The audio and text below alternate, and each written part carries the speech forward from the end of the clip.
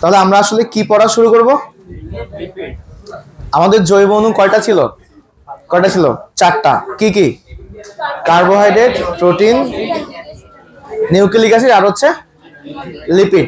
তাহলে লিপিডের বৈশিষ্ট্য, লিপিডের যা যা আছে আমাদের বইয়ে সবকিছু সুন্দর করে পড়বো। এবং শুধু তাই না, তোমাদের ইয়ার ফাইনাল পরীক্ষাতে যে যে প্রশ্ন আসতে পারে, এমসিকিউ, সিকিউ, কোনটা কত মার্কের প্রশ্ন আসবে, কিভাবে আসবে, সেগুলো আমি আজকে বলে দিব। ঠিক আছে? তো সবাই অ্যাটেন্টিভলি ক্লাস শুরু করো, খাতা বের করো, লিখবা। যেগুলো বলি সেগুলো প্রথমে হেডলাইন দাও। হেডলাইন কি হবে? লিপিড। লিপিডের বাংলা কি কি নাম আছে বলো তো? আচ্ছা, ইংলিশ আর কি নাম আছে? লিপিডের ইংলিশ নাম কি? ফ্যাট। লিপিড বা ফ্যাট এর বাংলা নাম কি? আচ্ছা, আর একটা সুন্দর নাম কি? স্নেহ। আর হচ্ছে চর্বি। তাই না? আমরা সবাই বড়দেরকে কি করি? সম্মান। আর ছোটদেরকে কি করি? চর্বি। তাই না? ছোটদেরকে কি করতে হবে? চর্বি করতে হবে। আচ্ছা, এখন দেখো, লিপিড বা ফ্যাট বা স্নেহ বা চর্বি। এখন চলে আসো, এই যে লিপিড, কত সুন্দর একটা নাম। লিপিড মানে লিপিড, সুন্দর না? এত সুন্দর একটা নাম কে দিয়েছিল জানো? বিজ্ঞানীর নাম হচ্ছে, তার নামটা অবশ্যই সুন্দর হবে, তার নাম হচ্ছে ব্লুর। বিজ্ঞানীর নাম কি বলো? ব্লুর। আচ্ছা দেখো, এখানে কি আছে? একটা এল, আর এল তে কি হবে? লিপিড। দেখছো এখানে কি হয়ে গেছে? এখানে কি হয়ে গেছে? একটা ইমোজি হয়ে গেছে। আচ্ছা, তাহলে বলো, ব্লুর নামকরণ করছে লিপিড। লিপিড নামকরণটা কে করেছে? বিজ্ঞানীর নাম কি? ব্লুর। এখন ব্লুর কত সালে করবে জানো? এই দ্বিতীয় বিশ্বযুদ্ধ হয়েছিল কত সালে? 1945 সালে। ও আচ্ছা, 39 সাল থেকে কত? 45 সাল, তাই না? তো 45 সালে দ্বিতীয় বিশ্বযুদ্ধ শেষ হওয়ার আগে, 2 বছর আগে, কত সাল তাহলে? 1943। ঠিক আছে? এখন দেখো, ওই যে দ্বিতীয় বিশ্বযুদ্ধে কাদেরকে হারাইছিল? জার্মানিদেরকে। তখন জার্মানিরা হচ্ছে, বিজ্ঞানীরা সবাই বিভিন্ন রকম জিনিসপত্র আবিষ্কার করছে, তৈরি করছে। ওই সময় কিন্তু অনেক কিছু আবিষ্কার হয়েছে, যে মানুষকে কিভাবে ধীরে ধীরে ধ্বংস করা যায়, কি কি করা যায়, এইসব বিভিন্ন ওয়েপন্স ওই সময় আবিষ্কার হয়েছে। আবিষ্কার করে ওরা যুদ্ধ করছে। সেই সময় এই লিপিডটাও ওই সময় চিন্তা করছে যে এরকম একটা কিছু আছে, তো সবসময় ছিল, কিন্তু এগুলোর স্ট্রাকচার কি, কিভাবে কাজ করে, কিভাবে তৈরি হয়, এগুলো নিয়ে আলোচনা করা হয়েছে। কত সাল বলো? দ্বিতীয় বিশ্বযুদ্ধের 2 বছর আগে, 1943। ওকে, ডান, এগুলো আমরা পারবো। এখন প্রথম বিষয় হচ্ছে, বইয়ে কি লেখা আছে? বইয়ে খুব সিম্পল কিছু কথা লেখা আছে, যে কার্বন, হাইড্রোজেন এবং অক্সিজেনের সমন্বয়ে গঠিত স্নেহ জাতীয় পদার্থকে লিপিড বলে। এখন ভাবতে পারো ভাই, আমরা যখন কার্বোহাইড্রেট পড়ছিলাম তখন তো কার্বন, হাইড্রোজেন এবং অক্সিজেনের একটা অনুপাত ছিল। এখানে কি অনুপাত আছে? এখানে জাস্ট সিম্পলি বলা আছে। তো এটা নিয়ে আমাদের কোনো সমস্যা নাই, পরীক্ষাতে আসবেও না, পরীক্ষার জন্য আমরা পড়বো। ঠিক আছে? এখন দেখো, জৈব রাসায়নিক পদার্থ, তো এটা কোথায় থাকে? বলছে কি, এটা কি কি কাজ করতে পারে, কিছু গুরুত্বপূর্ণ দায়িত্ব পালন করে, সেগুলো আমরা আলাদাভাবে পড়বো। এরপরে দেখো, লিপিডের কাজ নামে একটা টপিক আছে, দেখছো? এই লিপিডের কাজের ভেতরে এটা আমরা পড়বো। কিন্তু এখন আমরা একটু জেনে আসি, সবাই 4টা শব্দ একটু বক্স করতে পারো। দেখো, কোষের গঠন, মানে কোষের গঠনে এরা কাজ করে। কোষের গঠন। সেকেন্ড গোল করো হচ্ছে শক্তি সংরক্ষণ। তারপর কি আছে? তাপ নিয়ন্ত্রণ। এরপর কি আছে? আন্তঃকোষীয় যোগাযোগ। তাহলে কি কি আছে? কোষের গঠন, শক্তি সংরক্ষণ, তাপ নিয়ন্ত্রণ। আমি টেম্পারেচার কমাই দিছি, সমস্যা নাই। দেখো, তাহলে কোষের গঠন, শক্তি সংরক্ষণ, তাপ নিয়ন্ত্রণ এবং কি? আন্তঃকোষীয় যোগাযোগ। আন্তঃকোষীয় যোগাযোগ মানে কি? একটা কোষের সাথে আরেকটা কোষের যোগাযোগ। কেউ কথা বলো না এখানে, ঠিক আছে? সবাই এদিকে খেয়াল করো, নাহলে কিন্তু এবার দ্রুত পড়াবো, একটু পরে আর কিন্তু মানে পাবা না। এটা কিন্তু তোমার হচ্ছে ক্লাসে ম্যাক্সিমাম টুকু পড়ে ফেলতে হবে। তাহলে 1943 সালে ব্লুর লিপিড শব্দটি প্রবর্তন করেন। এখন প্রথম যে কোয়েশ্চেনটা আমাদের বইয়ে এখানে আছে কি, লিপিড কোথায় আছে? ভাই, উদ্ভিদ দেহ আছে, প্রাণীর দেহ আছে। আমরা ভাবি যে চর্বি মনে হয় শুধু প্রাণীদের গায়ে আছে, উদ্ভিদের গায়ে মনে হয় চর্বি নাই, তাই না? এটা তো মনে করো, কি মনে করো না? সবাই ভালো স্টুডেন্ট, সবাই বোঝো আর কি। এখন দেখো, মানুষের দেহে যেমন চর্বি থাকে, উদ্ভিদের দেহে মেইনলি আসলে চর্বি থাকে। মানুষ কোন জায়গা থেকে চর্বি পাবে? উদ্ভিদ থেকে খায় বলে তো পাই, তাই না? এখন আরো যেগুলো যেগুলো মানুষের দেহের প্রসেস আছে, আমি গত ক্লাসে তোমাদের পড়াইছিলাম যে কার্বোহাইড্রেট যদি অতিরিক্ত কেউ খায় তখন সেগুলো তার কিসে পরিণত হবে? চর্বিতে পরিণত হবে, এবার দেহে জমা থাকবে চর্বি হিসেবে, এটা আমরা জানি। এখন আজকে আমাদের পড়তে হবে কি, এই যে লিপিডগুলো আসলে কোথায় অবস্থান করে। ফার্স্ট কথা, সবাই এবার হেডলাইন দাও, টপিক লেখা হচ্ছে লিপিডের অবস্থান। কি হবে? অবস্থান। এখন দেখো অবস্থান কোথায় করবে ভাই? সিম্পলি উদ্ভিদ দেহেও থাকে এবং প্রাণীর দেহেও থাকে। তাহলে উদ্ভিদ দেহে কি কি থাকবে? উদ্ভিদ দেহে থাকবে হচ্ছে, কোথায় থাকবে বলতো? উদ্ভিদের সব খাবার দাবার কোথায় থাকে? কোথায়? উদ্ভিদের ফলে থাকে, মূলে থাকে, মানে বীজে থাকে, থাকে না এসব জায়গায়। তো মেইনলি লিপিড কোথায় থাকে? লিপিড থাকে হচ্ছে উদ্ভিদের ফলে এবং বীজে। কোথায় থাকবে তাহলে বলো? ফলে এবং বীজে। তাহলে উদ্ভিদ দেহে লিপিড থাকে কোথায়? ফলে এবং বীজে। ওকে, এখন পরের বিষয়টা একটু বলি, সেটা হচ্ছে প্রাণী দেহে।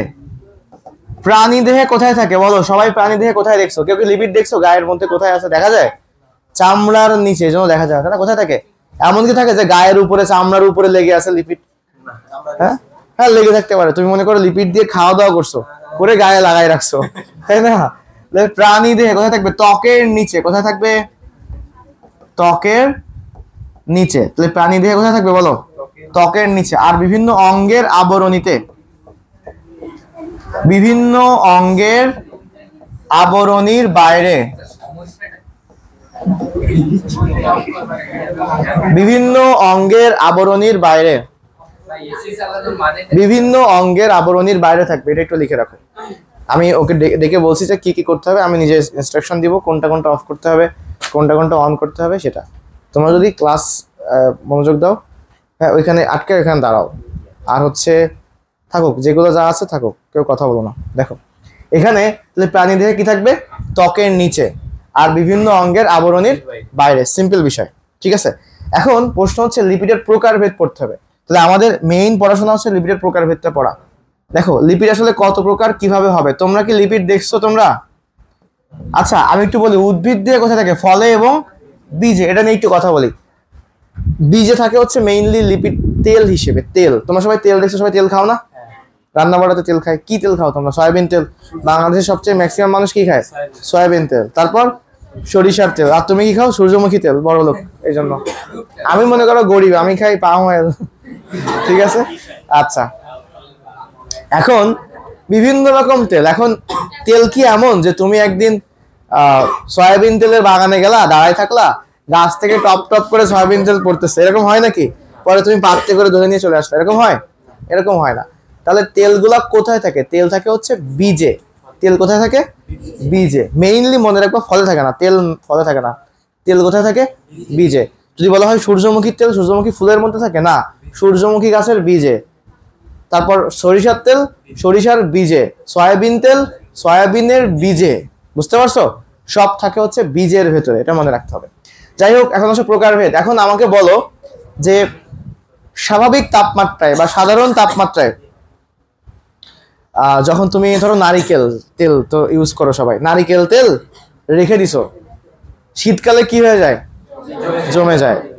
মনে রাখবা, নর্মালি যারা জমে যায় ওরা আসলে সবাই লিপিড বা চর্বি।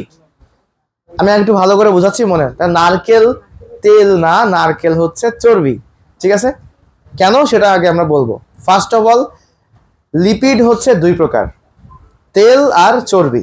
ঠিক আছে, এখন স্বাভাবিক অবস্থায় তেল কেমন থাকে? তরল না কঠিন? আর চর্বি কেমন দেখছি আমরা সবাই? কঠিন, তাই না? তাহলে দেখো প্রকারভেদের মধ্যে আমাদের এভাবে আসতে হবে যে লিপিড, লিপিড আসলে কয় ভাগে ভাগ করা আছে? দুই ভাগে। কি কি? তেল আর চর্বি। তাহলে লিপিড হচ্ছে তেল আর চর্বি। এখন এই চর্বি না বলে বইয়ে লেখা আছে কি? লেখা আছে হচ্ছে ফ্যাট, বা বাংলায় বললে কি হবে? আরেকটা বাংলা কি হবে? স্নেহ। একই কথা। এখন প্রশ্ন হচ্ছে ভাইয়া তেল কেমন বলো? স্বাভাবিক তাপমাত্রায়, সাধারণ তাপমাত্রায় তেল কেমন? তরল। তাহলে এখানে আমরা লিখতে পারি যে সাধারণ তাপমাত্রায় তেল কেমন? তরল। আর চর্বি কেমন? কঠিন। মনে থাকবে, সাধারণ তাপমাত্রায় তেল কেমন? তরল। চর্বি কেমন? কঠিন। তাহলে দেখো তো লিপিড কত প্রকার বলো? 2 প্রকার। কি কি? তেল এবং চর্বি বা ফ্যাট বা স্নেহ। এবং তেলের বৈশিষ্ট্য কি? সেটা কেমন থাকে? সাধারণ তাপমাত্রায় কত থাকে? তরল। কেমন থাকে? তরল। আর চর্বি কেমন থাকে? কঠিন। ওকে, পারবো? আচ্ছা, এটা হচ্ছে প্রকারভেদ পারবো। এবার চলে আসো, আমাদের পড়তে হবে, আমাদের বইয়ে আছে হচ্ছে লিপিডের বৈশিষ্ট্য। লিপিডের অনেকগুলো বৈশিষ্ট্য আছে, তোমাদের বইয়ে একটু এলোমেলো ভাবে দেওয়া আছে, আমরা একটু সুন্দর করে গোছায় পড়বো, ঠিক আছে? চলে আসো, লিপিডের বৈশিষ্ট্য। সবাই আমরা হেডলাইন দাও, লিপিডের বৈশিষ্ট্য। দেখো, লিপিডের বৈশিষ্ট্য, এটা আমরা একটু পয়েন্ট বাই পয়েন্ট লিখবো। সবাই নতুন ভাবে সুন্দর করে পয়েন্ট বাই পয়েন্ট লেখো। 1 নাম্বার পয়েন্ট, প্রথম হচ্ছে বর্ণহীন। কি হবে? লিপিডের কোনো বর্ণ আছে, কালার আছে? নাই। আমি বেশি ব্যাখ্যাতে যাচ্ছি না, যেগুলো আমাদের লাগবে সেভাবে বুঝাই পড়াই দিব। 2 নম্বরে কি হবে? এর কোনো গন্ধ না, তাহলে কি হবে? গন্ধহীন। তাহলে বর্ণহীন, গন্ধহীন। এখন যার বর্ণ নাই, গন্ধ নাই, ও যদি তুমি খাও কোনো টেস্ট পাবা? স্বাদহীন। ঠিক আছে, সিম্পল করে বললাম। তাহলে বর্ণহীন, গন্ধহীন, তারপর কি হবে? স্বাদহীন, নট স্বাধীন, স্বাদহীন। তাহলে কি কি হীন বলো? বর্ণহীন, গন্ধহীন, স্বাদহীন। আচ্ছা, 4 নাম্বার লেখো, পানিতে দ্রবণীয় নাকি অদ্রবণীয়? পানি আর তেল কি মেশে? মিশাইতে পারবা? তাহলে লিপিড অর্থাৎ তেল, লিপিড হচ্ছে পানিতে কেমন? অদ্রবণীয়। এখন এই পানিতে অদ্রবণীয়, এখন দেখো লিপিড আর পানি মিশবে? তোমার যেমন ফ্রেন্ডের মধ্যে বন্ধুত্ব আছে, শত্রুতা আছে, যারা বন্ধু ওরা তো মেশে, যারা শত্রু ওরা কি মেশে? এই লিপিডের শত্রুকে পানি। লিপিড কি শত্রুর সাথে পানির সাথে মিশবে? এখন দেখো, নর্মালি আমাদের পৃথিবীতে ম্যাক্সিমাম পোরশন কি থাকে? আমাদের দেহে, উদ্ভিদ দেহে, সকল প্রাণী দেহে পানি থাকে না? এখন লিপিড হঠাৎ করে একদিন ভুলবশত পানির সাথে শত্রুতা করে ফেলছে, তখন থেকে পানি আর লিপিডের মধ্যে শত্রুতা, যে তেলে আর জলে মিশবে না, পানি আর লিপিড মিশবে না, বুঝছো? এখন তখন লিপিড দেখলো কি, যে তার চারপাশে সবচেয়ে বেশি কি? পানি। এখন ওর তো মন খারাপ হয়ে গেছে যে আশেপাশে সবাই পানি। মনে করো এটাকে কি হইতো, আশেপাশে মানুষজন সবাই আওয়ামী লীগ করতেছে, ঠিক আছে? এখন যে হচ্ছে করে না তারও মন খারাপ হইতো, যে আসলে তারও আওয়ামী লীগ করা উচিত। কিন্তু দেখো এই লিপিড তখন চিন্তা করলো, সবার সাথে পানির সম্পর্ক হলো, আমার সাথে পানির সম্পর্ক খারাপ। এখন ও তখন মনের দুঃখে, মনের কষ্টে ও তখন পাথর হয়ে গেল, শোকে পাথর হয়ে গেল। ওর তখন বন্ধু হয়ে গেল পাথর। পাথর বন্ধু হওয়ার পরে ও তখন বললো কি, পাথর আমার তো অনেক কষ্ট হচ্ছে, কি করা যায়? তখন ওরা বললো তুই অ্যালকোহল খা, ঠিক আছে? তখন পাথরের অ্যালকোহল খাওয়াই দিল। তাহলে ওর বন্ধু তখন আরো কে বেড়ে গেল বলো? পাথর, অ্যালকোহল। এরপরে অ্যালকোহল খাইতে খাইতে ওর একদিন দেখা হয়ে গেল অ্যালকোহল যে ওর কাছে দেয়, ওর অ্যালকোহল যে সাপ্লাই দেয়। এই বাংলাদেশে ওই যে ঢাকা শহরে ডিএমপি কমিশনার ছিল, পরে পুলিশের আইজিপি হয়েছিল, নাম কি বলতো? বেনজির, তাই না? তখন ওর সাথে কার দেখা হয়ে গেল? বেনজিরের। তো বেনজির তখন কি করলো, নেই আরো অ্যালকোহল নেই, আমার কাছে যত অ্যালকোহল সব করে দিলাম। লিপিড, পাথর, অ্যালকোহল, পরে বেনজিন তার বন্ধু হয়ে গেল, বেনজির, ঠিক আছে? বেনজিন। এরপরে দেখো, এখন একদিন ও তখন কি কি করতেছে দেখো। প্রথমে আমি নামগুলো লিখি আগে। প্রথম নামটা কি ভাইয়া? ইথার। পাথর মানে কি? ইথার। তারপরে কি খাইলো? অ্যালকোহল। লেখো তাহলে, ইথার, অ্যালকোহল। ওকে, এরপরে ওর সাথে কার দেখা হলো? বেনজিন, মানে বেনজিন। এখন বেনজিন ওরে বললো, তোর তো এত অসুখ, তুই একটা কাজ কর, তুই অজ্ঞান হয়ে থাক, ক্লোরোফর্ম খা। তখন ওকে ক্লোরোফর্ম খাওয়াই দিল। তাহলে দেখো, ইথার, অ্যালকোহল, বেনজিন, ক্লোরোফর্ম সবাই এখন লিপিডের বন্ধু, ঠিক আছে? তখন ওই ক্লোরোফর্ম খেয়ে ওর গায়ে ওর হচ্ছে গরম লেগে গেল। তখন ওর বাসায় ছিল এসি, তখন বললো এসি চালায় দাও। তখন কয় টনের এসি? বলে এসি যে কয় টন হয় চালায় দাও। তাহলে এসি টন। এরপরে কি হবে ওর বন্ধু? বলো অ্যাসিটন। এরপরে দেখো, আর লাস্টে কি আছে? এখন ও তখন দেখতেছে কি, ওর জীবনটা পুরো দুর্বিষহ। ও তখন চিন্তা করলো কি, এই জীবন আর রাখবো না। ও তখন পেট্রোলিয়াম দিয়ে সব নষ্ট করে জ্বালাই দিল। লাস্টে কি হয়ে যাবে? পেট্রোলিয়াম। তাহলে দেখো, এই লিপিডের বন্ধু কে কে বলো? লিপিডের বন্ধু কে কে? Ether, alcohol, benzene, chloroform, acetone, petroleum. মনে থাকবে? পাথর, ইথার, তারপরে কি অ্যালকোহল খাইলো, কার সাথে দেখা হলো? বেনজিন। সে কি খাওয়াইলো? ক্লোরোফর্ম। তখন গরম লেগে কি খাবে? কি করবে? অ্যাসিটোন। এরপরে পরে নষ্ট হয়ে যাবে সব কি দিয়ে? পেট্রোলিয়াম। ঠিক আছে? ওকে, পারবা? এখন এরা সবাই কার বন্ধু বলো? লিপিডের বন্ধু। তাহলে এরা সবাই হচ্ছে লিপিডের বন্ধু। যারা যারা বন্ধু হয় ওদের সাথে মিশে যাবে না? তাহলে এরা কি হবে? লিপিড এখানে দ্রবণীয় হয়, এদের ভেতরে এরা যারা আছে লিপিড এখানে কি হবে? লিপিড দ্রবণীয়। তাহলে কি আমরা এটা পারবো? লিপিড পানিতে কি পানীয় শত্রু, তাহলে পানিতে কি হবে? ও অদ্রবণীয়। আর এইগুলো সব ওর কি বন্ধু, তাহলে এখানে ওরা কি হবে? দ্রবণীয়। পারবা? এই নামগুলো কি পারবা? মনে রাখবা, হয়ে যাবে। এবার চলে আসো, কিছু বেসিক কথা আমাদের শিখতে হবে। বেসিক কথা কি? পাশে একটু নোট লিখে রাখো। হ্যাঁ, পাশে নোট লিখে রাখো কি কি আছে। হ্যাঁ দেখো, একটা যৌগ প্রথমে বুঝতে হবে। দেখো, পোলার। পোলার মানে কি? পোলার মানে, পোলার যৌগ মানে কি বলতো? মানে যে যৌগ মাইয়ার না, এটা পোলার, তাই না? পোলার মানে কি? পোলার আসছে হচ্ছে পোল থেকে। পোল মানে কি?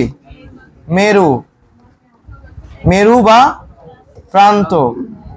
একটু ফাস্ট দেখতে হবে। হ্যাঁ, মেরু বা প্রান্ত। এখন যাদের যাদের দুইটা মেরু, মানে পজিটিভ মানে ধনাত্মক, তাই না? ধনাত্মক ও নেগেটিভ মানে কি? ঋণাত্মক। যাদের ধনাত্মক ও ঋণাত্মক প্রান্ত থাকে ওরা সবাই কি হবে? পোলার যৌগ। সবাই হচ্ছে পোলার যৌগ হবে। এখন এখন খেয়াল করো ভাই, উদাহরণ যদি আমি একটু দিই, মনে করো H+, বলছি, পানি। পানির সংকেত কি? H2O। এর মধ্যে কি কি আছে? H+ এবং OH-। তাহলে দেখো তো, H+ এর মধ্যে প্লাস আছে না? OH এর মধ্যে কি আছে? মাইনাস আছে না? তাহলে H+, OH-। এরকম দুইটা প্রান্ত আছে কিনা বলো? তাহলে পানি কেমন যৌগ হবে? পানি কেমন যৌগ হবে? পোলার যৌগ। আবার অন্য যত পোলার যৌগ আছে সবারই কি আছে? পজিটিভ এবং নেগেটিভ প্রান্ত আছে। এখানে বিষয়টা হচ্ছে, যারা পোলার যৌগ হয়, একটা উদাহরণ আমি একটু সংক্ষেপে একটা বোঝার জন্য তোমাদের দিই। সেটা হচ্ছে সোডিয়াম ক্লোরাইড। মনে করো সোডিয়াম প্লাস আর কি Cl-। এর মধ্যেও কি আছে? পজিটিভ এবং নেগেটিভ আছে না? তার মানে দেখো, যখন এটাকে পানির মধ্যে দেওয়া হবে, যখন এটাকে পানির মধ্যে দেওয়া হবে, নিচে নিচে লিখবো। দেখো, যখন এটাকে পানির মধ্যে দেওয়া হবে তখন দেখো এই পজিটিভের সাথে নেগেটিভ যুক্ত হয়ে যাবে, এই নেগেটিভের সাথে পজিটিভ যুক্ত হয়ে যাবে। ঠিক আছে? এখানে এসে বসো। আচ্ছা আচ্ছা, সমস্যা নাই। দেখো তাহলে সামনে আসো, বললাম না? সামনে আসো, এইখানে চলে আসো, চলে আসো, চলে আসো, এখানে আসো। আচ্ছা দেখো, তাহলে পোলার যৌগ পজিটিভ আর নেগেটিভ। এখন নরমালি পোলার যৌগ পানিতে যদি দেওয়া হয় সেগুলা কি পজিটিভ নেগেটিভ মিলে যাবে না বিপরীত ভাবে? তখন পোলার যৌগগুলো সবাই পানিতে কি হয়ে যাবে বলো? দ্রবণীয় হয়ে যাবে। তাহলে পোলার যৌগরা সবাই পানিতে কি? দ্রবণীয়। পোলার যৌগ হচ্ছে পানিতে দ্রবণীয়। ওকে, এখন তাহলে তোমরা আমাকে বলো তো, যারা পোলার হবে না তাদেরকে আমরা কি বলে রাখতে পারি? অপোলার। কি বলবো? অপোলার। এখন তাহলে অপোলার যৌগের বৈশিষ্ট্য কি হবে? ও কি পানিতে দ্রবণীয় হতে পারবে? তাহলে পানিতে হচ্ছে এরা কি হবে? তাহলে অপোলার যৌগ পানিতে কি হবে? অদ্রবণীয় হবে। তাহলে এটা মনে রাখতে হবে, অপোলার যৌগ পানিতে অদ্রবণীয়। এখন একটু খেয়াল করো, আমাদের যে লিপিড সে পানিতে কেমন ছিল? তাহলে লিপিড কি পোলার নাকি অপোলার? তাহলে লিপিড হচ্ছে একটা অপোলার যৌগ, এটা মাথায় রাখতে হবে। লিপিড কেমন যৌগ? অপোলার যৌগ।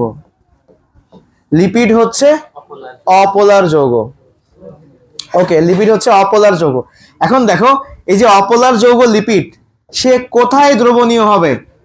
পানিতে কি দ্রবণীয় হবে?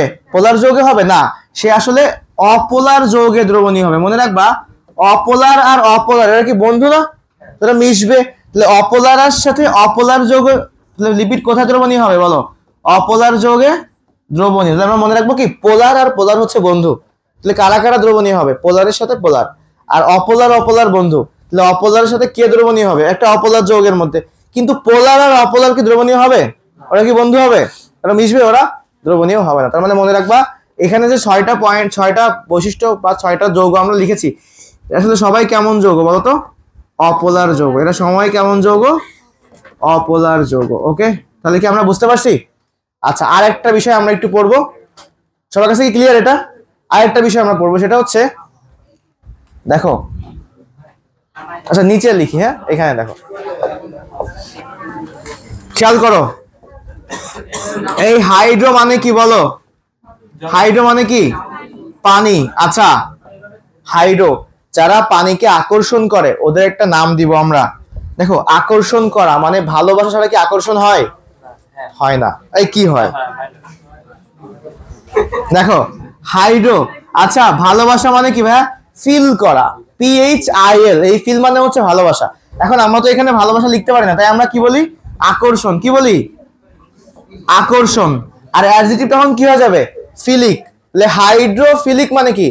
পানিকে আকর্ষণ করা। তাহলে দেখো আমরা একবারে বলতে পারি কি? পানি আকর্ষী। কি বলতে পারি? হাইড্রোফিলিক মানে কি বলো? পানি আকর্ষী। তার মানে যারা যারা হাইড্রোফিলিক হবে ওরা কি হবে? পানি আকর্ষী। এখন দেখো যারা পানি আকর্ষী হয় ওরা কি পানির সাথে মিশবে না? ওরা কি পানিতে দ্রবণীয় হবে। তার মানে মনে রাখবা যারা হাইড্রোফিলিক তারা পানিতে কি হবে? দ্রবণীয়। লিখে ফেলো দ্রুত, যারা হাইড্রোফিলিক তারা পানিতে কি হবে? দ্রবণীয় হবে। ওকে, পারবো আমরা? যারা হাইড্রোফিলিক, এদিকে সরে আসো, যারা হাইড্রোফিলিক তারা পানিতে কি হবে? এগুলো সব ওই পাশে রেখে দাও। তাহলে হাইড্রোফিলিক ওরা পানিতে দ্রবণীয় হবে। এখন বলো তো ভাইয়া, তাহলে পানিতে এক গ্রুপ অদ্রবণীয় হবে। যদি এমন কিছু গ্রুপ আছে যারা পানিকে আকর্ষণ করতেছে, ভালোবাসতেছে, কিছু গ্রুপ আছে কি পানিকে বিকর্ষণ করবে, পানিকে ভয় পাবে, পানির কাছেই যাবে না। ভয়কে কি বলি আমরা? ফোবিয়া। ভয়কে আমরা কি বলি? ফোবিয়া। দেখো তাহলে ফোবিয়া এর অ্যাডজেক্টিভ কি হয়ে যাবে? ফোবিক। কাকে ফোবিক করবে? পানিকে। তাহলে নাম কি হবে? হাইড্রোফোবিক। আচ্ছা, হাইড্রো মানে কি? পানি, আর ফোবিক মানে কি? বিকর্ষণ। তো এদেরকে আমরা কি বলতে পারি? পানি বিকর্ষণ করে। নাম কি হবে তাহলে? পানি বিকর্ষী। লিখে ফেললে হাইড্রোফোবিক মানে কি হবে? পানি বিকর্ষী। আচ্ছা, যারা পানি বিকর্ষণ করে, পানির কাছে যায় না, ওরা কি পানিতে মিশবে? দ্রবণীয় হবে? ওরা পানিতে কি হবে? অদ্রবণীয় হবে। যেমন যারা পানি বিকর্ষী ওরা সবাই পানিতে কি হবে? অদ্রবণীয়। এই 2-3টা বিষয় একটু বোঝার আছে, এই জন্য লিখে দিলাম। তাহলে খেয়াল করো, যারা পানি আকর্ষী ওরা পানিতে কি হয়? দ্রবণীয় হয়। ঠিক আছে। আর যারা পানি বিকর্ষী ওরা পানিতে কি হয়? অদ্রবণীয় হয়। পারবো আমরা এটা? অর্থাৎ যারা হাইড্রোফিলিক তারা পানিতে দ্রবণীয় হয়, আর যারা হাইড্রোফোবিক, ফোবিয়া মানে ভয় পাওয়া, ওয়াটার ফোবিয়া, তারপরে কেউ উপরে ওঠে, হাইফোবিয়া, তেলাপোকা ফোবিয়া, তারপর কি আছে আরো? কুকুর ফোবিয়া। কুকুর দেখলে তো কিছু কিছু মানুষ আছে, কুকুর দেখলে সে যাইতেই পারে না ওই রাস্তা দিয়ে। এমন আছে যে একটা রাস্তায় কুকুর দেখছে, ও 10টা রাস্তা ঘুরে তারপরে যায়। এরকম আছে না? কে তুমি? আচ্ছা, তেলাপোকা ভয় পাও না কে কে? তোমরা তেলাপোকা ভয় পাও না? তোমরা পাও না? শিওর? আচ্ছা বসো, এই হাত নাও। ওরা তেলাপোকা ভয় পায় না, ওরা তেলাপোকার স্বজাতি। ঠিক আছে, একই জাতিসত্তার লোক। ও আচ্ছা, লেখা পরে পরে, প্রথমে হচ্ছে দেখে নাও, পরে লেখা যাবে। আচ্ছা বাচ্চারা সবাই একটু দেখো, আমরা এবার কি পড়বো? বাকি বৈশিষ্ট্যগুলো ভালো করে পড়বো। প্রথমটা কি? 4 নাম্বারটার নাম কি ছিল? পানিতে অদ্রবণীয়। এবং চলে আসো পরেরটা, খেয়াল করো। 5 নাম্বার লেখো এবার সবাই, 5 নাম্বার লেখো। 5 নাম্বার হচ্ছে পানিতে ভাসে। ফার্স্ট 5 নাম্বার কি? পানিতে ভাসে। আচ্ছা, প্রথম 5টা একটু বলো তো কি কি তাহলে? বর্ণহীন, গন্ধহীন, স্বাদহীন, পানিতে দ্রবণীয়। পানিতে দ্রবণীয়, পানিতে অদ্রবণীয় এবং পানিতে ভাসে। এখন প্রশ্ন হচ্ছে পানিতে কেন ভাসবে? দেখো কারণ। কারণ কি? পানিতে ভাসার কারণ কি? দেখো, লেখা হচ্ছে আপেক্ষিক গুরুত্ব কম। আপেক্ষিক গুরুত্ব কি? কম। আগে আগে লেখা হচ্ছে, আগে ওটা লেখা দেখো না। কারণ পানিতে ভাসে, কারণ হচ্ছে পানির চেয়ে হালকা। লেখো পানির চেয়ে হালকা। কি হবে? পানির চেয়ে হালকা। তাহলে এটা লেখো, কারণ হচ্ছে পানির চেয়ে হালকা এবং এবং এদের আপেক্ষিক গুরুত্ব কম, এদের আপেক্ষিক গুরুত্ব পানির চেয়ে কম, শুধু কম না, কার চেয়ে কম? পানির চেয়ে কম। তোমাদের বই এগুলো লেখা, ঠিক আছে? আপেক্ষিক গুরুত্ব কি? আপেক্ষিক গুরুত্ব পানির চেয়ে কম এবং পানির চেয়ে কি হালকা, ঠিক আছে? দেখো, বরফ কি পানিতে ভাসে নাকি ডুবে যাবে? বরফ পানিতে ভাসে। তারপর এই তেল যখন তুমি পানির মধ্যে দাও, তেল কি পানির নিচে চলে যায় নাকি উপরে থাকে? আপেক্ষিক গুরুত্ব মানে হচ্ছে, বোঝাই দিচ্ছি, সবাই একটু খেয়াল করো। তাহলে আপেক্ষিক গুরুত্ব মানে কি ভাই? আপেক্ষিক গুরুত্ব মানে হচ্ছে পানির সাপেক্ষে কতটুকু গাঢ় বা ঘন। নর্মালি আমি তোমাকে সহজ করে বোঝাই, এগুলো এখন তোমাদের নাই, বোঝা লাগবে না সব। প্রথম দেখো পানি, এখন এই বোতলের নিচে পানি আছে না? এখন দেখো পানি যদি আমি এখানে এরকম করি, বোতল থেকে পানি পড়ে যাবে না দ্রুত? কিন্তু মনে করো যদি এর মধ্যে বোতলে যদি রক্ত থাকতো তাহলে কি হইতো? যে বেগে পানি আসে তার থেকে কম বেগে আসতো। আচ্ছা, রক্ত না হয় তোমরা পানির বোতলের মধ্যে নিবে না। এখন দেখো গ্লিসারিন, গ্লিসারিন মনে করো পানি এখান থেকে এরকম করলে পানি সব চলে আসছে, কিন্তু গ্লিসারিন এখান থেকে এখানে আসতে কি মিনিমাম 10-15 সেকেন্ড তো লাগবেই, তাই না? তাহলে গ্লিসারিনের ভেতরের আপেক্ষিক গুরুত্ব পানির চেয়ে কি বেশি, ওই যে ঘনত্ব, গাঢ়ত্ব, বুঝতে পারছো? ক্লিয়ার? আর পানির আপেক্ষিক গুরুত্বকে এক ধরা হয়, তার তুলনায় সবাইকে হিসাব করা হয়। ওকে, এগুলা তোমরা হচ্ছে পরে যখন শিখবা ইন্টারে তখন পারবা। আমি এটা আগে যখন ক্লাসে ছিলাম না, তখন তো আমি এগুলো শিখাই দিছিলাম, এখন আর এগুলো আপাতত দরকার নাই। তাহলে দেখো এই পয়েন্টটা কি আসবে বলো? পানিতে ভাসে। 6 নাম্বার পয়েন্ট লিখে ফেলি আমরা ফার্স্ট। 6 নাম্বার পয়েন্ট, এটা লাস্ট পয়েন্ট, সেটা হচ্ছে এটা কি করবে? নির্দিষ্ট গলনাঙ্ক নাই, লেখো নির্দিষ্ট গলনাঙ্ক নেই। তাহলে কি হয় আগে লেখো, তারপরে আমি কি হয় বুঝাই দিচ্ছি। নির্দিষ্ট গলনাঙ্ক নেই, নির্দিষ্ট গলনাঙ্ক নেই। তাহলে কি হচ্ছে? মনে করো ছোট একটা লিপিড, একে তুমি গলাচ্ছ। আছে গলনাঙ্ক মানে কি তোমরা বোঝো? মনে আছে? মনে করো বরফ, বরফ কি হয়ে যাবে? পানি হয়ে যাবে না? তাহলে বরফ কত তাপমাত্রায় পানি হয়ে যাবে? তাহলে বরফ কেমন ছিল রে? কঠিন। পানি কি? তাহলে কঠিন বরফ কি হয়ে যাবে? তরল পানি হয়ে যাবে, তাই না? তাহলে কঠিন বরফ কি হবে? একটু কন্ট্রোল করো তো। কঠিন বরফ কি হবে? তরল পানি হয়ে যাবে। এখন দেখো 0 ডিগ্রি সেলসিয়াস তাপমাত্রায় বরফ কি হয়ে যাবে? তাসিন দাঁড়াও দাঁড়াও, 0 ডিগ্রি সেলসিয়াস তাপমাত্রায় বরফ কি হয়ে যাবে? পানি হয়ে যাবে। তাহলে এই 0 ডিগ্রি আমরা কি বলবো? বরফ। এটাকে বলা হবে কি? বরফের। কারণ বরফ কিভাবে পানি হচ্ছে বলতো? বরফ গলে। তাহলে কোন তাপমাত্রায়? গলনাঙ্ক একটা কি? গলনাঙ্ক হচ্ছে একটা তাপমাত্রা। তাহলে বরফ গলে পানি হচ্ছে। তাহলে তুমি তো এগুলো আগে ক্লাসে করো নাই? করছো প্রথম যখন পড়াইছিলাম। তাহলে এখন মনোযোগ দিয়ে শুনতে হবে, ইচ এন্ড এভরিওয়ান। তাহলে গলে পানি হয়ে যাবে, তার মানে এটাকে বলা হয় গলনাঙ্ক, ঠিক আছে? এখন চলে আসো, এর নির্দিষ্ট গলনাঙ্ক নাই। তাহলে কেমন আছে ভাইয়া? মনে করো ছোট একটা লিপিডের খণ্ড তুমি নিয়ে তাপ দিচ্ছ গলানোর জন্য, দেখা গেল যে 20 ডিগ্রি সেলসিয়াস তাপ লাগছে। এবার তুমি আর একটু বড় সাইজের নিলা, দেখা গেল 30 লাগছে। আরো বড় সাইজের নিলা, মনে করো যে 50 লাগছে। এখন মনে করো শেখ হাসিনা সাইজের একটা নিলা, দেখা গেল যে 100 ডিগ্রি লাগছে। তাহলে দেখো আস্তে আস্তে সাইজ যত বড় হচ্ছে, আণবিক ওজন যত বাড়তেছে, গলনাঙ্ক কি হচ্ছে? বাড়তেছে। তার মানে আমরা কি বলতে পারি? আণবিক ওজন বৃদ্ধির সাথে সাথে গলনাঙ্ক বৃদ্ধি পায়। লিখে ফেলো। তাহলে আণবিক মানে শেখ হাসিনা যে লেভেলের মানুষ, যে লেভেল মানে তার যে লেভেল, সেটা বলা হয়েছে। মানে বিশাল, তার যে মানবতাবোধ, মহত্ব, মহানুভবতা বিশাল না? ওইটা নিয়ে বোঝানো হয়েছে। নির্দিষ্ট গলনাঙ্ক নেই। আণবিক ওজন, আণবিক ওজন বৃদ্ধির সাথে সাথে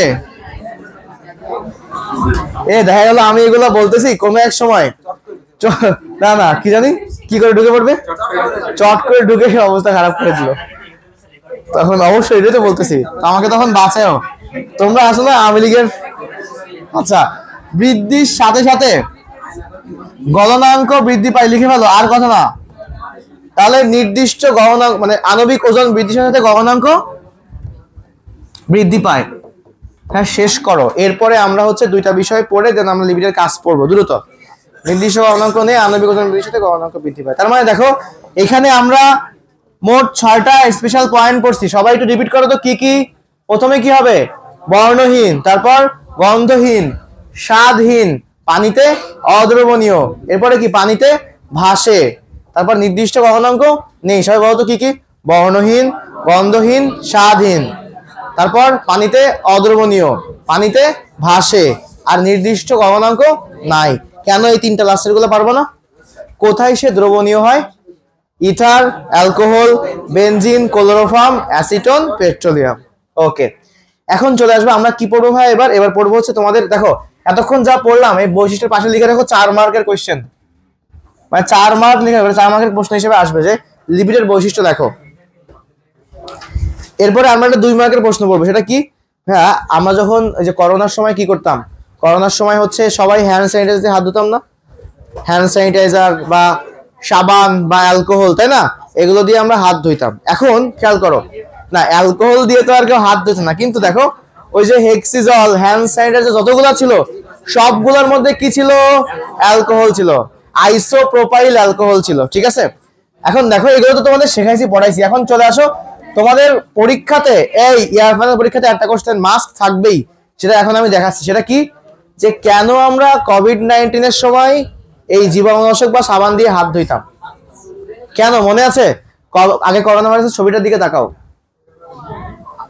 তাকাইলে মায়া হবে তোমার যে আগে কত কত কিছু করে ফেলছে, এখন তেমন অবস্থা খারাপ ওর আর কি। এখন দেখো এদিকে তাকাও, করোনা মানে কি? ক্রাউন, ক্রাউন মানে কি? মুকুট। তো মুকুটের মতো এর স্পাইক থাকে। এখন আসো এর চারপাশে যে ঝিল্লি বা মেমব্রেন আছে, এই মেমব্রেন গুলা কিসের তৈরি? লিপিডের তৈরি। তাহলে দেখো যদি আমরা এই মেমব্রেনের গায়ে পানি ঢালি তাহলে পানি আর লিপিড কি মিলবে? লিপিড কি সে কোনো ক্ষতি করতে পারবে? রাফি দেখো মিলবে? তাহলে খেয়াল করো, লিপিডের সাথে যদি অ্যালকোহল যোগ করা হয়, যদি অ্যালকোহল তুমি এখানে দাও, লিপিড গুলো অ্যালকোহলে কি হয়ে যাবে? দ্রবণীয় হয়ে যাবে। তাহলে এর গায়ের যে লিপিডের আবরণ আছে, মেমব্রেন আছে, ওটা কি আর ভালো থাকবে? নর্মাল থাকবে? নষ্ট হয়ে যাবে না? ছিদ্র হয়ে যাবে। তখন এর ভেতরে যা যা আছে সব বের হয়ে যাবে। বের হয়ে গেলে ওর আর কোনো অস্তিত্ব থাকবে? বুঝছো ফারহান? তাহলে খেয়াল করো কি কি আমাদের জানতে হবে। প্রথম বিষয়টা হচ্ছে সবাই একটু হেডলাইন লেখো যে কি কি আমরা ইউজ করতাম। জীবাণুনাশক মানে কেন হয়? জীবাণুনাশক বা অ্যালকোহল বা কি বলতে পারো সাবান, এগুলা ব্যবহার করার কারণে কি হয়েছিল? এগুলো ব্যবহার করার কারণে দেখো কি হয়, এই যে করোনা ভাইরাসের লিপিড মেমব্রেন বিগলিত দ্রবণীয় হয়ে যায় না? তো লিখতে পারি কি? করোনা ভাইরাসের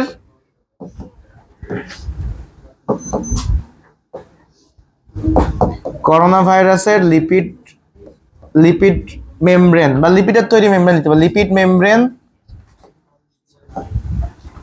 দ্রবণীয় হয়ে বিগলিত হয়ে যায়, মানে গলে যায়। হ্যাঁ, বিগলিত হয়ে যায়। তাহলে করোনা ভাইরাসের লিপিড মেমব্রেন দ্রবণীয় হয়ে বিগলিত হয়ে যায়। ফলে তারপরে কি হবে? ফলে ভাইরাসের দেহ নষ্ট ও ধ্বংস হয়ে যায়, তাই না? ওকে, তার মানে এরপরে তোমার বইয়ে পরীক্ষাতে কি যেভাবে আসবে তুমি সেভাবে লিখবা। তাই তুমি কি করতা? তাই আমরা করোনাকালীন কি করতাম? জীবাণুনাশক বা সাবান দিয়ে হাত ধুইতাম। ঠিক আছে, এইটুকু যা আসবে পরীক্ষাতে যেভাবে থাকবে তুমি এভাবে অ্যান্সার দিবা। তার মানে বেসিকটা কি বলতো? জীবাণুনাশকগুলোর মধ্যে কি থাকে? অ্যালকোহল থাকে। সেগুলা কি হয়? করোনা ভাইরাসের যে লিপিড মেমব্রেন সেগুলোকে নষ্ট করে দেয়, বিগলিত করে দেয়। ফলে করোনা ভাইরাস কি হয়ে যাবে? নষ্ট হয়ে যাবে। ঠিক আছে, স্যানিটাইজারের ভেতরে লিপিড দ্রবণীয়। তুমি একটা কাজ করবা, স্যানিটাইজার দিয়ে তুমি নর্মালি চিন্তা করো যে তোমাদের বাসায় অনেকে যে হ্যান্ড ওয়াশ আছে না, মনে করো তুমি হচ্ছে তেল তৈলাক্ত খাবার খাইছো, তৈলাক্ত মাংস দিয়ে খাবার খাইছো, তুমি যদি তখন ওই হ্যান্ড ওয়াশ দিয়ে হাত ধো, চলে যায় না এটা? কারণ ওর মধ্যে কি আছে? অ্যালকোহল আছে, বুঝছো? হ্যাঁ, তো অ্যালকোহল দিয়ে হাত ধুলে চর্বি চলে যাবে। তো তুমি পারফিউম দিয়ে হাত ধো, ঠিক আছে? এখন থেকে সকাল প্রতিবেলা, এই এটা পরে লিখতে হবে, আমি যখন লিখছি তখন কেন লেখো না? এত স্লো কেন? আচ্ছা না ভাই, ওটা পরে। এখন চলে আসো সবাই নেক্সট পার্ট, সব থেকে ইম্পর্টেন্ট এবং লাস্ট পার্ট, সেটা হচ্ছে লিপিডের কাজ। লিপিডের কাজ পড়বো, 5টা কাজ 2.5 মিনিটে পড়বো, ঠিক আছে? ওকে, চলে আসো। কি কি আছে আগে নামগুলো পড়ি আমরা, একটু বক্স করো, ঠিক আছে? প্রথম দেখো কি আছে, লিপোপ্রোটিন। প্রথম টপিক কি আছে? প্রথমে বলছে কি, লিপিড আর প্রোটিন যদি কখনো যুক্ত হয় তাহলে lipid plus protein equals to কি হবে? লিপোপ্রোটিন। লিপোপ্রোটিন গুলা কি কাজ করে? শক্তি উৎপাদন প্রক্রিয়ার সঙ্গে জড়িত। তো আমরা এই লিপিডের কাজ কিভাবে পরীক্ষার খাতায় লিখবো? দেখো, এটা 4 মার্কের প্রশ্ন হিসেবে আসবে, পাশে লিখে রাখো 4 মার্ক। এটা কিভাবে তুমি প্রেজেন্ট করবা পরীক্ষার খাতায় সেটা আমি দেখাই দিচ্ছি। কিভাবে প্রেজেন্ট করবো ভাইয়া? দেখো, লিপিডের কাজ আমি একটু বুঝাই দিই সুন্দর করে। এটা আমরা প্রত্যেকটা হেডলাইন দিব, বুঝছো? দেখো, তুমি 1 নম্বরে আমি লিখে দিচ্ছি, হেডলাইন দাও। হেডলাইন কি দিবা? লিপোপ্রোটিন। এই 1 নম্বরে হেডলাইন কি হবে? লিপোপ্রোটিন। এর ভেতরে তুমি যা লেখা লিখবা। স্যার ভেতরে কি পড়বে না পড়বে সেটা স্যারের ব্যাপার, কিন্তু হেডলাইন স্যার পড়বে। লিপোপ্রোটিনের কাজ কি বলো? শক্তি উৎপাদনের সাথে জড়িত। তাহলে আমরা কি লিখতে পারি? লিপোপ্রোটিনের কাজ কি? শক্তি উৎপাদনের সাথে সম্পৃক্ত বা জড়িত, এক কথায় লিখলে হয়ে যাচ্ছে। এবার দেখো 2 নাম্বার এবং 3 নাম্বার আমি একবারে বলি। 2 নম্বরে হচ্ছে কি লেখা আছে দেখো তো, ফসফোলিপিড এক ধরনের লিপিড যা মেমব্রেন গঠনের, মেমব্রেন মানে কি? ঝিল্লি গঠনের উপাদান হিসেবে কাজ করে। তাহলে দেখো, এখন আমরা কোন লিপিডের কথা লিখবো? ফসফোলিপিড। তাহলে সেকেন্ড পয়েন্টে কাকে নিয়ে লিখবো? মানে প্রত্যেকটা পয়েন্টে একটা করে লিপিডের বর্ণনা দিব। তাহলে ফসফোলিপিড। ফসফোলিপিড সম্পর্কে কি লিখবা তুমি? যে মেমব্রেন গঠনের উপাদান হিসেবে কাজ করে। কি হিসেবে কাজ করে? মেমব্রেন গঠনের উপাদান। আমি এটুকু লিখলাম, তোমরা বাসায় গিয়ে কাজ করে লিখে নিও। আচ্ছা, 3 নম্বরে চলে আসো। 3 নম্বরে নাম তোমাদের বইয়ে লেখা না, এটা লিখে রাখো। 3 নম্বরে সবাই গ্লাইকোলিপিড লেখো, গ্লাইকোলিপিড। এখন প্রশ্ন হচ্ছে ভাই কি লেখা আছে বইয়ে? সালোক সংশ্লেষণ প্রক্রিয়ায় এক ধরনের লিপিড বিশেষ ভূমিকা পালন করে, তার নাম কি? গ্লাইকোলিপিড। তার মানে গ্লাইকোলিপিডটা বইয়েও লিখে রাখো। 3 নম্বর পয়েন্টের লিপিডটার নাম আসলে কি? গ্লাইকোলিপিড। তাহলে আমরা এখানে কি লিখবো? সালোক সংশ্লেষণে ভূমিকা রাখে। তাহলে গ্লাইকোলিপিড কিসের ভূমিকা রাখে? সালোক সংশ্লেষণে, সালোক সংশ্লেষণে ভূমিকা রাখে। ওকে, তাহলে 3 নাম্বারটা হয়ে গেল। এখন আসো 4 আর 5। 4 নম্বরে কি আছে? 4 নম্বরে আছে হচ্ছে কি লেখা আছে দেখো, লিপিড উদ্ভিদ দেহে খাদ্য হিসেবে জমা থাকে। বিভিন্ন তেল বীজের অঙ্কুরোদ্গমের সময় লিপিড খাদ্যরূপে গৃহীত হয়। আচ্ছা, এখানে কাকে কাকে নিয়ে লেখা হয়েছে দেখো তো, চর্বি ও তেল। এটা আমরা কি বলতে পারি? চর্বি ও তেল কি হিসেবে জমা থাকে? উদ্ভিদ দেহে খাদ্য হিসেবে জমা থাকে। কিভাবে জমা থাকে? উদ্ভিদ দেহে খাদ্য হিসেবে জমা থাকে। উদ্ভিদ দেহে খাদ্য হিসেবে জমা থাকে। এখন আর একটা কি লেখা আছে? তেল বীজের অঙ্কুরোদ্গমের সময় লিপিড খাদ্যরূপে গৃহীত হয়। আচ্ছা, তেলের মধ্যে কি ছিল বলতো? তেল কি একটা লিপিড না? যে বীজের মধ্যে তেল থাকে ওই বীজ কি খায় বড় হবে? তেল খেয়ে বড় হবে, লিপিড খেয়ে বড় হবে, নর্মাল বিষয়, তাই না? বীজ তো আস্তে আস্তে বড় হয়ে উদ্ভিদ হবে না?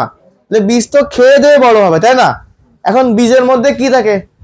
গ্লুকোজ না লিপিড? যে বীজে লিপিড থাকে আর কি, তেল বীজ, সে কি খেয়ে বড় হবে? লিপিড খেয়ে বড় হবে। তাহলে মনে রাখবা, হরলিক্স কমপ্লান না, ঠিক আছে? দেখো, তাহলে তেল বীজের অঙ্কুরোদ্গমের সময় খাদ্যরূপে লিপিড গৃহীত হয়। তাহলে দেখো দেখো যে তেল বীজের অঙ্কুরোদ্গমে, এই অঙ্কুরোদ্গম মানে কি মনে আছে? যে একটা বীজ আস্তে আস্তে কি হবে? আরো বড় হবে না? এক পর্যায়ে গিয়ে বীজ থেকে কি উৎপন্ন হবে? গাছ। এই যে আস্তে আস্তে বীজটা গাছ হয়ে যাচ্ছে, বড় হচ্ছে, এই বড় হওয়াকে কি বলা হয়? অঙ্কুরিত হওয়া। এই অঙ্কুরিত হওয়াকে আমরা কি বলবো? অঙ্কুরোদ্গম। তাহলে তেল বীজের অঙ্কুরোদ্গমে কি হচ্ছে?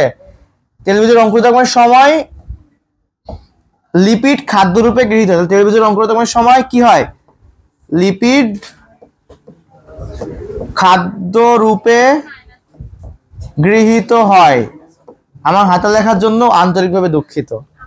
এখন আসো 6 number, sorry 5 number last point. এটা আমি আগে বোঝাই দিই। মনে করো এখানে পাতা আছে, সুন্দর সুন্দর পাতা আছে, এই পাতাগুলো ওরা নষ্ট করে ফেলছে। মনে করো এটা পাতা।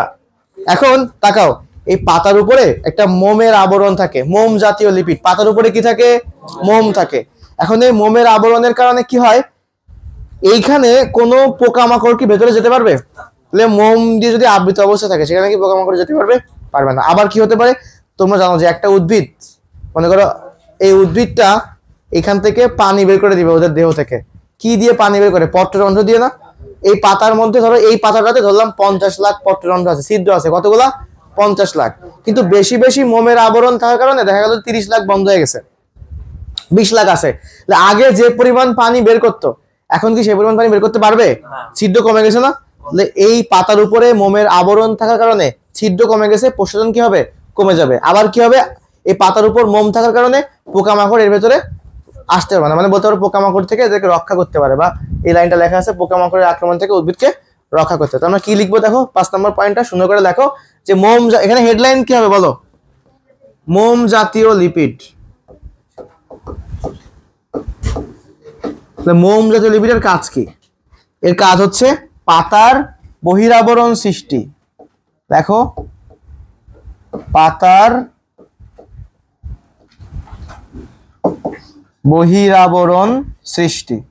আচ্ছা, এর ফলে কি হচ্ছে? এর ফলাফল কি? ফলে কি হবে? দুইটা কাজ হবে। একটা কি হবে? অতিরিক্ত প্রশোধন রোধ। লেখো, অতিরিক্ত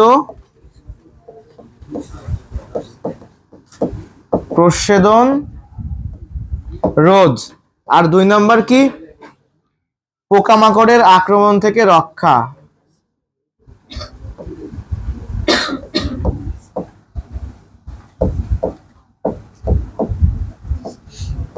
এই হচ্ছে বিষয়। এখন তোমাদের আমি তোমাদের মাঝে মাঝে ভাবছিলাম একটা কম্পিটিশন করবো, নোট শেয়ারিং কম্পিটিশন। এই যে নোট, বিভিন্ন জিনিস নোট করছো না ব্যাচে অনেক, সেই নোটগুলা শেয়ার করবা গ্রুপে। Note sharing competition. হ্যাঁ হ্যাঁ, হোয়াটসঅ্যাপ গ্রুপে তো থাকবে। এই আগে লেখো, এটা আমি প্রত্যেকের লেখা দেখতে চাই। হ্যাঁ, আমার 2.5 মিনিট মানে আসলে তার থেকেও বেশি, কিন্তু আজকে তো কম নিছি। অফ করো। ওকে, তাহলে না ওয়েট, অফ করো। আল্লাহ হাফেজ। এখন দেখো